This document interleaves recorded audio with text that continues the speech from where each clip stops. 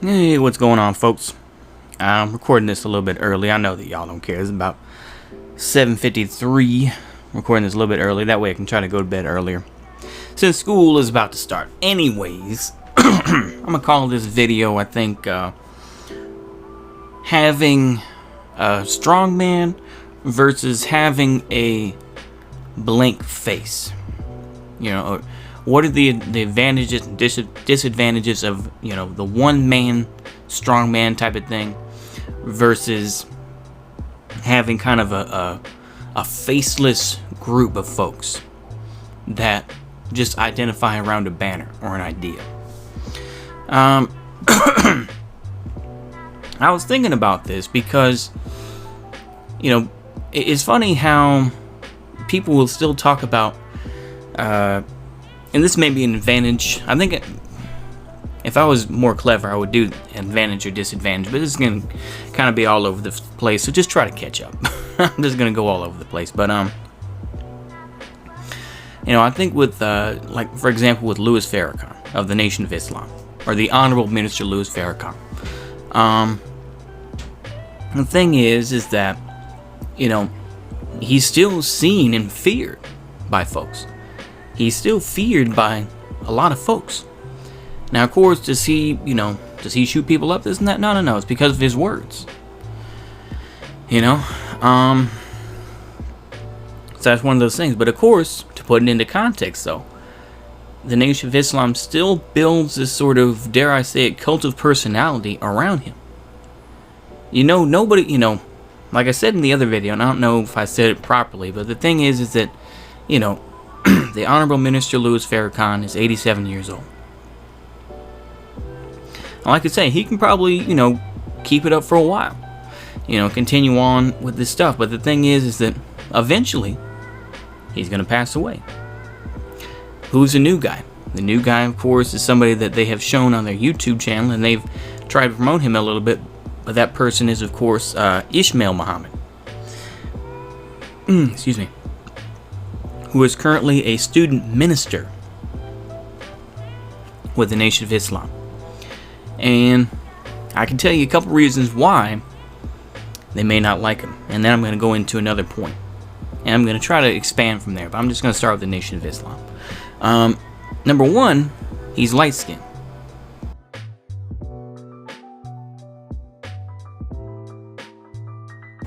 Secondly, he's never had to prove himself or engage in verbal fisticuffs with the likes of Donahue or with, you know, a lot of really legit American mainstream media, or where people were watching TV or listening on the radio.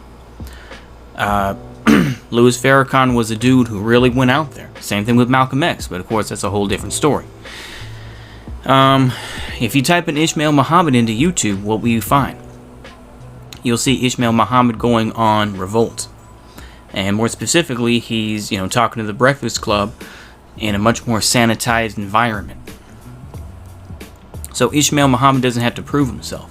He doesn't have that same, he hasn't proved himself, so to speak, in the ring, you know, going against, you know, the white media and all the you know, and take on the crackers and the honkies and all that business. So that has to be put into perspective. But that's one of the things that has to be talked about as well, is that after the death of Elijah Muhammad in 1975, the Nation of Islam collapsed. And it became, and there were other issues that were going on as well, including the fact, of course, that many of the mosques of the Nation of Islam were seen as fronts for criminal organizations. And of course, like I say, I mean, the whole deal with Elijah Muhammad, this and that, you know, there's a lot of background stuff that went on, but of course, everyone shows a more sanitized version. That's just how it is. But after Elijah Muhammad's death, his son Wallace Muhammad, also known as Warith Deen Muhammad, took over control of the Nation of Islam, disbanded the Fruit of Islam, got rid of a lot of the anti-white stuff. The Yaqub theory disappeared, this and that, and he made it more into a legitimate Sunni Muslim organization. It was called, I believe, the American Society of Muslims, and they even allowed white folks in. And for about 3.5 years, Louis Farrakhan, or at this time he was called Louis X, played along. Eventually, once Louis Farrakhan got more clout and was able to get more support, the calls for the old Nation of Islam to come back were very strong. And ultimately, Warith D. Muhammad faded into obscurity, passing away in 2003. Meanwhile, though, in the 1980s, it was rebuilt. But it was rebuilt around the image of the minister Louis Farrakhan. So like I say, he went and talked to Donahue. He was on TV. He was on local Chicago TV. He was on radio. And above all else, he had swag. He had that, he had that flow that was able to get people there, I mean, even listen to that July 4th speech, the Criterion. Technically not Founders Day, I guess, in this case, but where he says, "I've given my life for my race. I have a spotless record." He's able to build that up. Ismail Muhammad, I could use a clip, but I just don't feel like it. I really don't, because to me, he's just boring. I think he has a lot of influential stuff, but you can tell that he's kind of told what to say. Including the fact that he says, that, yeah, we don't like white people, but then he says, oh, well, we feel sorry for the poor whites. And talking about Bill Gates, this and that. So, I mean, ultimately, they're kind of, you can tell that he's kind of a puppet in a certain way. And he doesn't have the same energy. He just sounds like the typical, Southern Baptist sort of preacher, that black Southern Baptist preacher, or Presbyterian, or whatever you want to say, whatever denomination. But it's like, he's not that interesting. At least in my opinion, he's not interesting. So you have to put that in perspective. So let's look at the flip side of that. The flip side is, actually, I'm going to talk about a transition one. A group that's kind of transitioned from being around one person and has now kind of evolved into something else. And then I'm going to talk about a group, of course, that doesn't have a face. It was founded by 3 people, but it's not really based on those 3 people anymore. So first off, I think that I know y'all can't read my mind, but I think somebody out there will probably understand what I'm going with. But I think that the group that I'm thinking of is, of course, Atomwaffen. And Atomwaffen, evolved from the writings of what's his face? I mean, what is that fool's name? I can't even think of it now. Let me see right quick. What is that fool's name?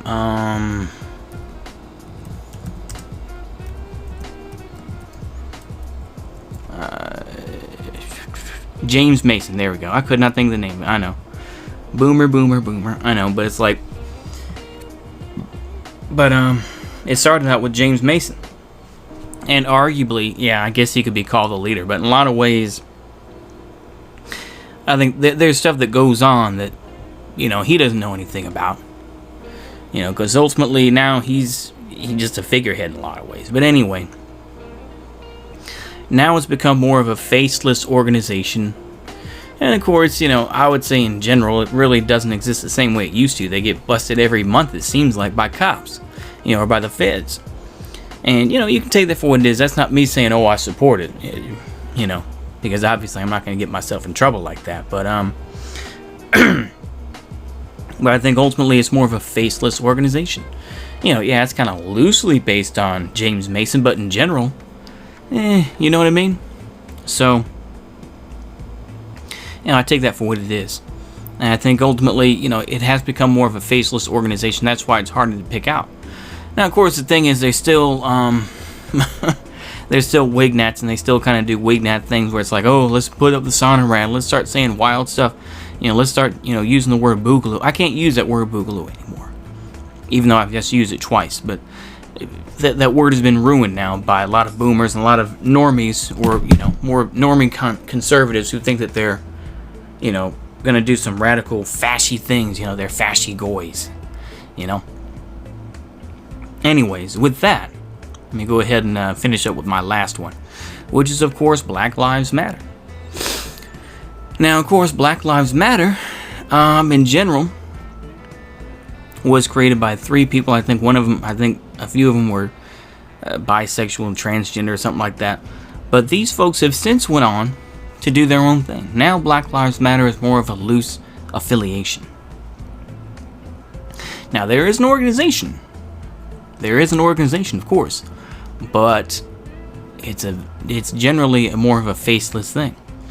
Now, of course, I saw Caleb Maupin's video today saying that basically the same people that give money to BLM, like particularly companies like Marathon Oil, who give money to BLM, they also give money to the New York City Police Fund, and all this type of thing. So basically, it's just like anything else, is that they fund the problem and they fund the solution, or whatever the case may be. It's like they're hedging their bets, really. It's like, well, we're going to make money coming in, we're going to make money coming out. That's the way it goes.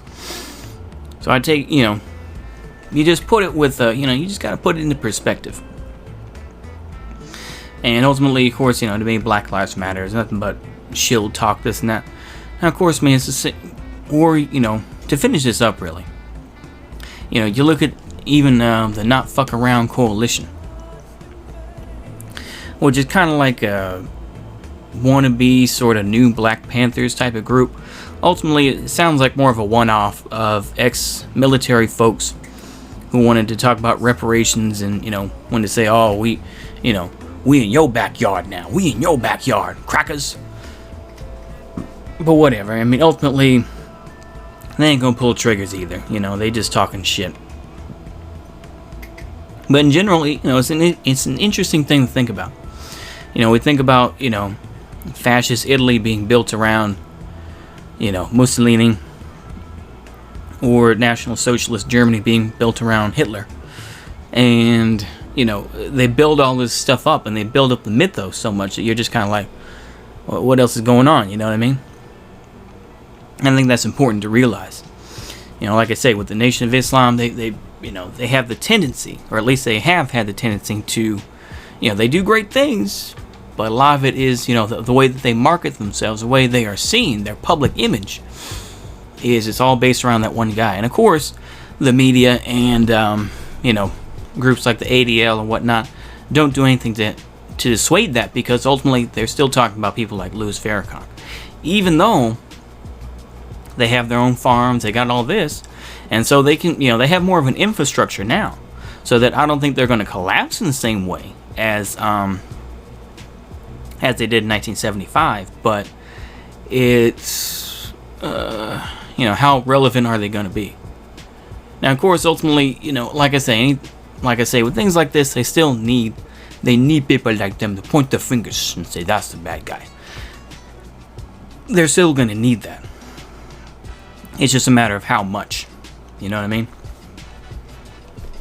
I think it's an interesting dilemma between a strong man or a strong image. You know what? I think that's going to be the title. Strong man versus a strong image. And like I say, it may be a misleading title, but I think that's kind of the point of what I wanted to get at. This is going on kind of long now. I'm going up almost 14 minutes now. Anyway, I'll try to wrap this up around 15. But I just, I think that it's interesting to see how these things go. I mean, same type of thing with Patriot Front. Now, they've had a couple leaders and, of course, people that research the far right and all that sort of thing. I recently saw that a guy was busted in Weatherford, which is kind of like it's a small town. It's like 30,000 people. And people are making it into a big freaking story. And the thing is, it's like they were released.